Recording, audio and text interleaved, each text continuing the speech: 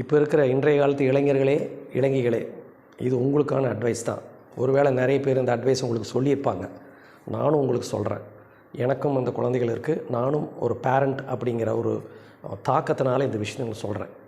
பசங்களுக்கு சொல்லிக்கக்கூடிய விஷயம், இப்போது இன்ஸ்டா அப்படிங்கிற ஒரு விஷயம் சோஷியல் மீடியாவில் வந்து வைரலாக இருக்கிறனால இந்த ரீல்ஸ் எடுக்கிறேன் அப்படிங்கிற பேரில் நிறைய ட்ரிங்க்ஸ் போட்டு வண்டி ஓட்டுறது, ஸ்பீடாக ஓட்டுறது, பெரிய பெரிய பைக்கில் வச்சுக்கிட்டு கட்டடிக்கிறது, அப்புறம் புதிய இடங்களில் போய் நீர்நிலைகளில் போய் கால் வைக்கிறது, அல்லது நீர்நிலைகளை போய் எட்டி பார்க்குறது, அந்த இடத்துல போய் குளிக்க போகிறது, இதெல்லாம் வச்சுக்காதீங்க.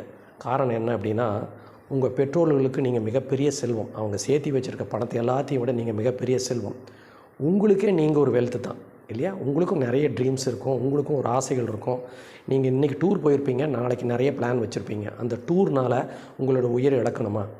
ஸோ கூட இருக்கிற நண்பர்களையும் சேர்த்து தான் சொல்கிறேன். நீங்களும் உங்களுடைய நண்பர்களுக்கு இதை பண்ணு அதை பண்ணுன்னு தயவுசெய்து இன்ஃப்ளூயன்ஸ் பண்ணாதீங்க.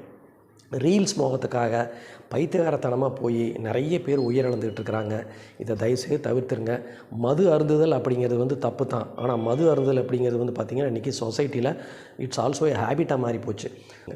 நீர்நிலைகளில் போய் இறங்குறது, ஃபாஸ்ட்டாக வண்டி ஓட்டுறது, மது போதையில் வண்டி ஓட்டுறது, டிராஃபிக் ரூல்ஸை எகெயின்ஸ்டாக வந்து ஓட்டுறது, இதெல்லாமே உங்களுடைய உயிருக்கு ஆபத்தாக முடியுது அப்படிங்கிறது உங்களுக்கு நல்லா தெரியும். இப்போ வந்து பார்த்திங்கன்னா வனவிலங்குகள்னாலும் கூட உங்களுக்கு ஆபத்து வருது. அதுக்கிட்ட போய் தேவையில்லாத செல்ஃபி எடுக்கிறது, அதை போய் மிரட்டுறது, இதெல்லாம் பண்ணாதீங்க. இயற்கைக்கு மாறாக பண்ணக்கூடிய விஷயங்கள் உங்களுக்கு எதிராக முடியும்.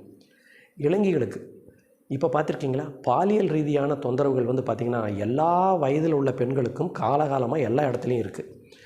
நான் இந்தியாவை பற்றி தான் சொல்கிறேன். ஸோ மற்ற கண்ட்ரியை பற்றி நமக்கு பேச வேண்டிய அவசியம் இல்லை.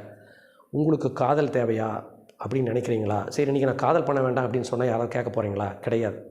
காதல் அப்படிங்கிறது ஒரு உணர்வு தான். பட் அது டீசெண்டாக இருக்கா, பாதுகாப்பாக இருக்கா, உங்களுடைய வாழ்க்கைக்கு துணையாக இருக்குமா அப்படிங்கிறப்ப இன்னும் உங்களுடைய நண்பர்கள்கிட்டலாம் சேர்ந்து நீங்கள் ஒரு கலந்து கட்டிட்டு ஒரு காதல் அப்படிங்கிறது வந்து நீங்கள் ஏற்றுக்குங்க. இல்லைன்னா உங்கள் கனவை பார்த்துட்டு போயிட்டே இருங்க. இப்போது காதல் அப்படிங்கிற பேரில் காதலனை தனியாக சந்திக்கிறதுனால எத்தனை விதமான இன்னல்களுக்கு ஆளாகி சொசைட்டியில் எவ்வளவு கேள்வி, உங்களுக்கு எவ்வளோ பெரிய அவமானம், உங்கள் குடும்பத்துக்கு எவ்வளோ பெரிய அவமானம், உங்கள் கூட வர்ற ஆண் நண்பருக்கு எவ்வளோ பெரிய ஒரு உயிருக்கான ஆபத்து. ஸோ இதையெல்லாம் தெரிஞ்சுக்கிட்டு நீங்கள் வந்து ஜாக்கிரதையாக இருக்க பழகுங்க. ரொம்ப ஜாக்கிரதையாக இருங்க. ரொம்ப மோசமான உலகத்தில் வந்து இப்போ நம்ம வாழ்ந்துக்கிட்டு இருக்கிறோம். உங்களை நீங்கள் தான் பாதுகாத்துக்கணும். உங்கள் பெற்றோருக்கு நீங்கள் மிகப்பெரிய சொத்து. கனவுகள் தான் மிகப்பெரிய விஷயமோ ஒழிய ஆசை அப்படிங்கிறது ரெண்டாவது தான் வரணும். கனவுக்காகத்தான் ஆசைப்படணுமோ ஒழிய சிற்றின்பங்களுக்காக ஆசைப்பட்டு ஆபத்துகளில் சிக்கிக்கொள்ளாதீர்கள். உங்களை ரொம்ப வேண்டி கேட்குறேன். இது வந்து பார்த்திங்கன்னா ஒரு பொதுநல எச்சரிக்கை பதிவாக வந்து இந்த இடத்துல இந்த காணொலியை வந்து உங்கள் எல்லாருக்கும் நான் வந்து பதிவிடுறேன்.